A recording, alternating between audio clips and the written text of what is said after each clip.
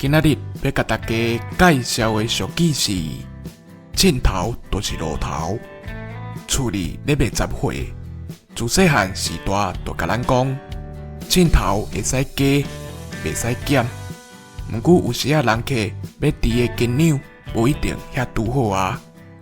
比在讲人客买一包糖来k-ke-介紹，算盘直直的拄好1兩較加，落尾干那算伊1兩的錢爾。Seng-lí的sìn-iōng甲miâ-siaⁿ就是对遮来的。这句俗语就是讲做生意爱公道，毋通想要念秤头，红片较赢红片。毋管是kim-gia共kiám-sǹg，还是物仔加一撮互人，拢无差到倒位去啦。安尼生意才会久长。以上，感谢收听。